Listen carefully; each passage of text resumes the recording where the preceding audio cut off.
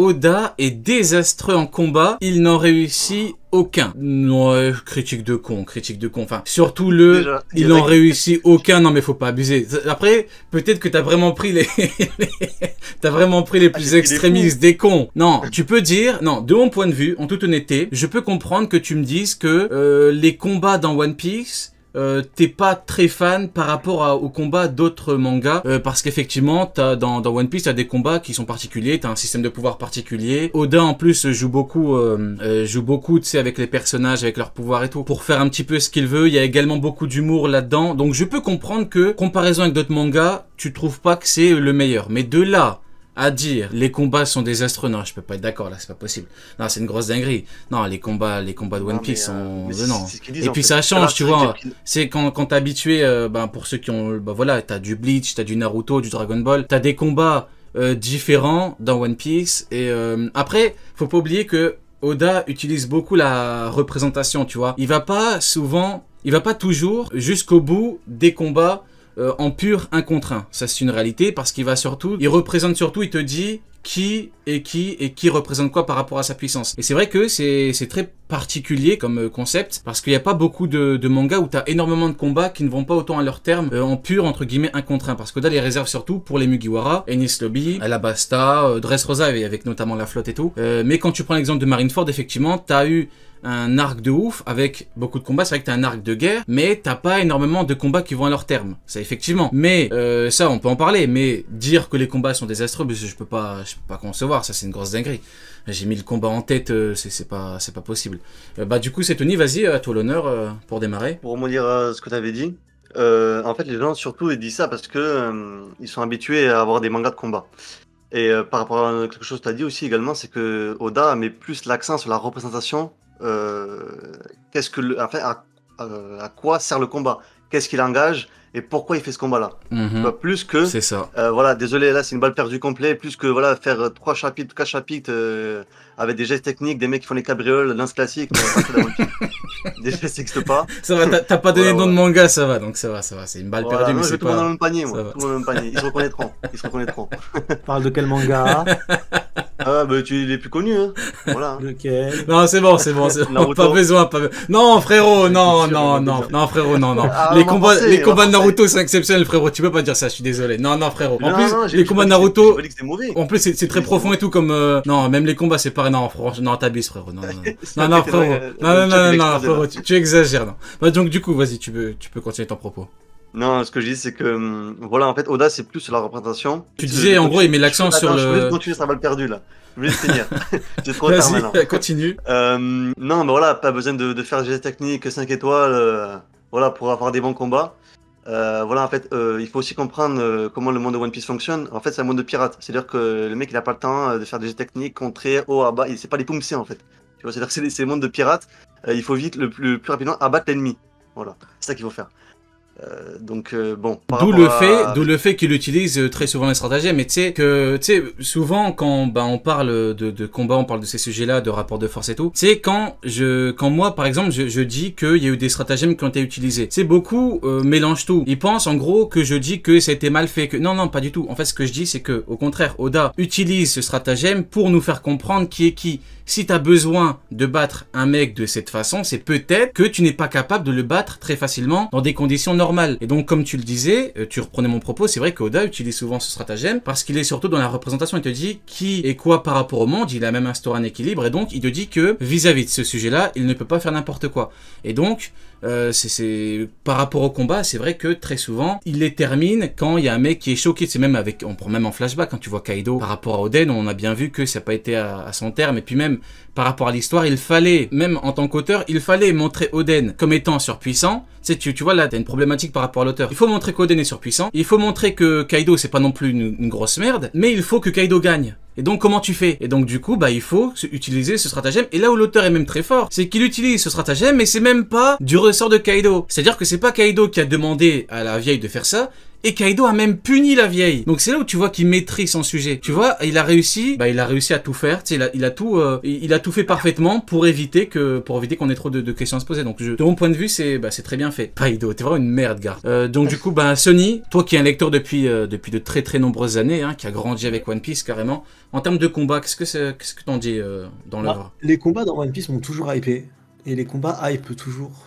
Donc si les combats étaient inintéressants, on serait pas hypé, on serait plus hypé. Mais le seul souci entre guillemets, c'est que oui, One Piece c'est pas un manga où on va s'arrêter au combat full et on va vraiment faire du taijutsu, du MMA, des trucs de fou, des techniques ancestrales. C'est pas le propos.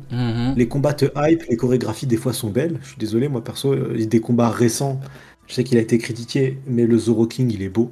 C'est un beau combat, il y en a qui le critiquent parce qu'il est trop court, mais ça reste un beau combat. Encore une critique de con, Sonny, hein, tu m'excuseras. Hein, mais... tu vois sur le toit d'Onigashima, j'ai kiffé ce que j'ai vu, et c'était que du combat.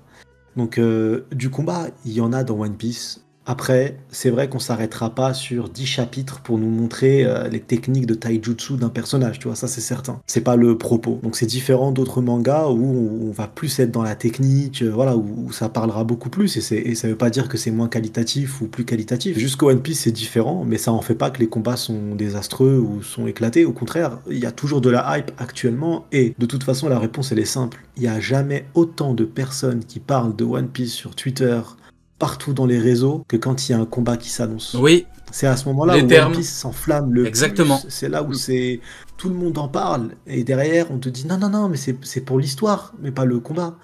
Ouais, d'accord. Mais quand il y avait Kuma, il n'y avait plus personne. Quand il y avait Ginny, excusez-moi, mais quand il y avait Ginny, bon, c'était un peu compliqué. Hein. On était là en mode. Ouais, c'était compliqué. On comparait un père meurtri à une 5008, mais bon, ça c'est une histoire. C'est des merdes. Hein. Il y a des merdes partout, Sony, tu sais très bien. Voilà. Donc, ouais, non, les combats dans One Piece, ça hype toujours, donc c'est que ça fonctionne. La recette est différente, mais. Exactement. Mais c'est bon quand même. Exactement. Je partage totalement ton point de vue. La recette est particulière, on dirait, je dirais, par rapport à ce qu'on a généralement, mais ouais, je partage totalement ton point de vue. Les termes. Et toi, du coup, Neil, que penses-tu de cet avis? Les combats dans One Piece sont désastreux, ton point de vue. Qu'est-ce que tu penses généralement des combats dans l'œuvre? Pas besoin de donner un point de vue, j'ai besoin de donner des exemples. On va faire très simple. Kaido vs Luffy, c'était une masterclass. Oui, on valide. Luffy Rob Lucci à l'époque, jusqu'à aujourd'hui on te parle du Gatling Gun, Jet Gatling Gun. C'est vrai. La scène elle fait des edits de partout. Luffy Katakuri, il y a carrément eu une religion, le katakurisme qui s'est créé après. C'est vrai. Bizarre, je n'ai pas vu de djinisme. Hein. J'ai pas vu de djinisme, j'ai eu que du katakurisme. Du coup, je te laisse terminer. Mais il y a eu 47 chapitres pour nous dire oui, Luffy a gagné. Non, mais une dinguerie. Et ce combat, on en a entendu parler, on en entend encore parler jusqu'à aujourd'hui, de par ses poses, notamment parce que je sais plus si c'était Sonny ou on prononce Tony ou Seth Oni. Seth Oni, frérot.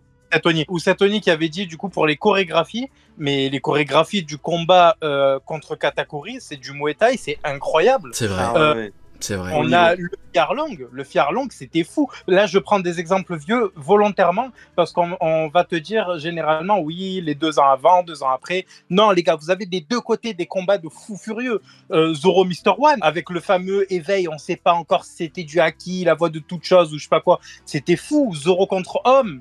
Sanji contre Kurobi, c'était fou aussi. Les points contre les pieds, c'était incroyable sur l'arc Arlong. Après, à mon avis, la plupart l'ont rushé parce que c'était déjà sorti depuis longtemps. Mais voilà, une fois que tu le découvres et que tu attends la semaine d'après l'épisode ou quoi, c'était fou. Zoro King, Sanji Queen, j'en parle même pas. C'était incroyable. On a vraiment vu ce que c'était que de passer du niveau d'un équipage célèbre au niveau d'un équipage Yonko. Et même si on sort de l'équipage, Ace contre Teach, c'était fou furieux ce combat. Ouais. Avec les deux géantes, les ténèbres et le feu qui faisaient comme dans Dragon Ball quand il y a un choc d'énergie. C'était fou furieux ce combat-là. Et pourtant, ce combat, à la limite, il y a juste la fin qui a été skippée, mais c'est un truc qui venait un peu hors récit. Et même les membres un peu moins combattants comme Chopper contre Gedatsu, Robin contre Yama, Nami contre Khalifa, c'était des combats de fou furieux, les gars. Ouais. Rappelez-vous la Thunderlance de Nami, moi c'était incroyable en vrai la façon dont elle termine le combat. Non, les gars, les combats dans One Piece sont oufissimes. Et on n'en est plus à la période où les Yonko s'affrontaient, où c'était flouté. Ça n'existe plus. On l'a bien vu avec Big Mom contre Law et Kid, et on l'a bien vu avec Luffy contre Kaido. On te montre du début à la fin le fight, et il y a plus ce délire de ouais, ils se sont battus hors écran. Ça n'existe plus. Donc il faut arrêter de dire que les combats dans One Piece sont soit mal gérés, soit plus nuls que dans d'autres œuvres. C'est faux, c'est totalement faux. Et je vais rebondir sur Naruto, les combats sont incroyables, frérot. Je sais pas pourquoi tu as dit ça. Les combats, c'est nul. C'est nul. Non, en gros, c'est très très différent. C'est vrai que après, en parlant de Naruto, ça me rappelle, ça me fait penser à ce qu'a dit Kishimoto par rapport à Dragon Ball. Ils lui ont dit en gros, qu'est-ce que tu penses de Dragon Ball et tout? Est-ce que pour toi c'est le manga numéro 1 et tout? Et on lui a dit, est-ce que pour toi Dragon Ball c'est un classique? Je sais plus c'est quoi exactement, mais en gros il a dit que Dragon Ball pour lui c'est surtout un manga de combat, parce que les combats sont omniprésents et tout vraiment tourne autour de ça. Et c'est très accentué, et Toriyama a fait un travail de fou pour faire des combats exceptionnels, ça c'est une réalité. Là où, et il le dit bien, par rapport à Naruto, t'as énormément de combats, ça tourne énormément par rapport au combat, parce que bon, encore une fois, tout se résout par les combats, c'est un shonen, c'est normal, voilà, ils vont pas jouer aux fléchettes, ils vont pas se départager en faisant non, ils combattent, mais là où c'est différent, c'est que, même si dans Dragon Ball t'as beaucoup, c'est très émotionnel, mais dans Naruto c'est pas la même chose, et donc c'est ce qu'il a dit, Kishimoto, il dit que dans Naruto t'as plus un côté mystère, t'as plus un côté, voilà, tu sais, t'as des flashbacks qui sont très bien construits, c'est totalement différent. Et bah pour One Piece, One Piece est plus proche de Naruto que de Dragon Ball à ce niveau-là. C'est vrai que quand on regarde One Piece, c'est pas, on peut pas vraiment comparer ça à Dragon Ball. Alors on dira oui, mais il s'est inspiré, oui, mais il s'est inspiré comme beaucoup sont inspirés de Dragon Ball, mais il est parti dans quelque chose d'autre. Donc t'as vraiment le côté, t'as le côté mystère qui est très accentué et tout, et puis t'as surtout le côté puissance. One Piece c'est un manga où il y a énormément de combats, mais où Oda parle surtout de puissance. Oda il te parle de puissance, il te parle de rapport de force en règle générale. Même lui il le dit, l'équilibre du monde. Donc Oda est dans ce truc-là. Oda, il est pas surtout dans des 1 contre 1, entre guillemets, purs, comme l'a fait Toriyama avec Dragon Ball. Donc, de mon point de vue, je sais pas ce que vous en pensez, Sony, je sais pas ce que t'en penses, mais One Piece est plus proche de Naruto que de Dragon Ball à ce niveau-là. Oui, de toute façon, il y a un lien fort entre One Piece et Naruto. Après, ça reste quand même un peu différent sur comment est-ce qu'on nous le raconte. Ouais, tu vois, quand One Piece commence, Luffy, c'est déjà un combattant. Tu vois, tout l'arc qui nous est montré, l'arc Mon Corvo, il arrive après Marineford, tu vois. Donc l'arc où Luffy passe d'enfant qui veut apprendre à combattre à un enfant qui sait vraiment se tape, et à plus tard un combattant, on l'a bien après. Mais dès le début, c'est un combattant. Là où Naruto s'est construit différemment, on le voit s'entraîner, on le voit devenir un peu plus fort, c'est différent. Luffy est déjà fort quand on le rencontre la première fois. Donc forcément, tout est raconté différemment. Mais ils sont vachement proches parce que chaque combat a une raison. Et on est à l'opposé d'un Dragon Ball, c'est une tuerie, hein, c'est plus ma génération, donc je le connais et je suis follement amoureux de... Et j'aime même GT, tu vois, donc à partir de là, c'est vraiment, j'aime tout cet univers. Mais pour autant, je peux pas comparer les affrontements qu'on a dans Dragon Ball et dans One Piece et Naruto. One Piece et Naruto sont beaucoup plus proches parce que chaque combat a un réel objectif derrière, où l'antagoniste il est profond, où il est lié à une cause mais mondiale. C'est tout se lie. Tu vois, c'est pas juste, ça n'a pas un petit impact, c'est un impact important. Là où dans Dragon Ball, ça n'a rien à voir. C'est ça, exactement. C'est ce qu'il a dit Kishimoto. Hein. C'est exactement ce qu'il a dit. Hein. C'est vraiment, c'est totalement différent. Sur les combats, ils sont compatibles puisqu'ils ont réussi à faire donc Battle Stadium DON à l'époque, qui était donc un jeu qui mélangeait Naruto, One Piece et Dragon Ball.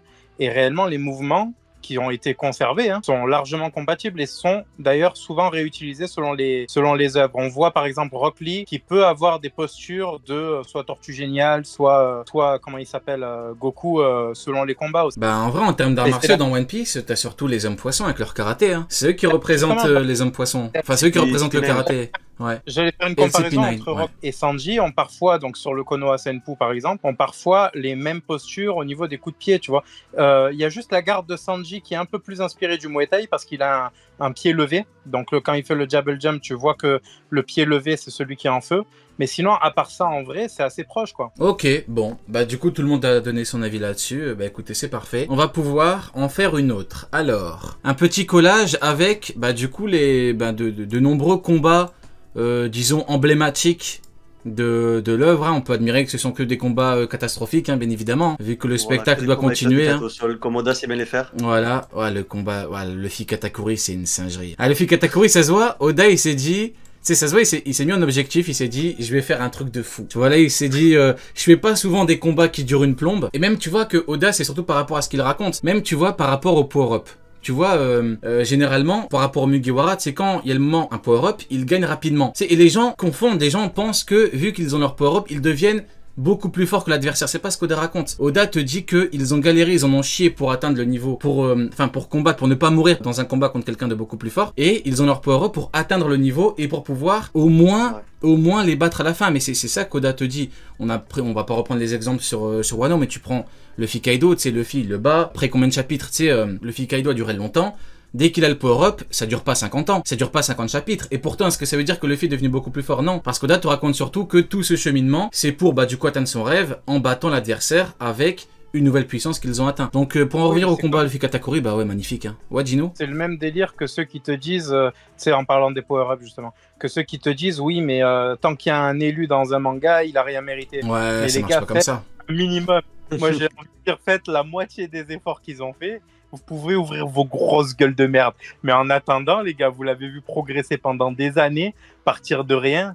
Élu ou pas élu, il va casser des gueules parce qu'il l'a mérité. Eh oui. Non, faut pas. Et aussi ce que tu disais par rapport au power-up, comme quoi Luffy, il atteint le niveau avec le power-up, il atteint à peine le niveau de l'antagoniste. C'est surtout lié avec le haki, tu vois. C'est-à-dire que le haki, on sait qu'il s'entraîne en affrontant les ennemis plus puissants. Donc Luffy, il va s'entraîner en affrontant ses adversaires beaucoup plus puissants. C'est logique. Il va pas attendre de mourir pour avoir un power-up et enfin déclaquer l'ennemi à une seconde. C'est pas comme ça. Il y en a beaucoup qui pensent que t'auras le power-up, par exemple, je sais pas, tu prends Sanji et Fritz contre Queen. Il y en a beaucoup qui pensent que pour que Oda te montre que Sanji est pas devenu beaucoup plus fort que l'adversaire, il faut qu'on ait 15 chapitres. Mais c'est pas comme ça que ça marche. T'imagines si Oda devait faire 3 ou 4 chapitres par combat, en faisant, comme tu l'as dit, des chorégraphies. Quand tu prends les Mugiwara, ils sont beaucoup, et dans les gros arcs comme ça, ils ont tous un gros combat avec une évolution et un power-up. Et donc, effectivement, c'est vrai que si on devait dire pourquoi est-ce qu'Oda ne fait pas non plus 50 chapitres, en vrai, on a la raison. C'est justement pour éviter de faire 1 milliard de chapitres. Hein. T'imagines, tu fais 3-4 chapitres de combat sur chaque Mugiwara, ça va être compliqué quand même. Du coup, bon bah écoutez, voilà pour ce sujet-là. Alors maintenant, nous avons un sujet, là je vous le dis directement, critique de con, mais vraiment le niveau est exceptionnel. J'ai même pas envie de le lire. Alors c'est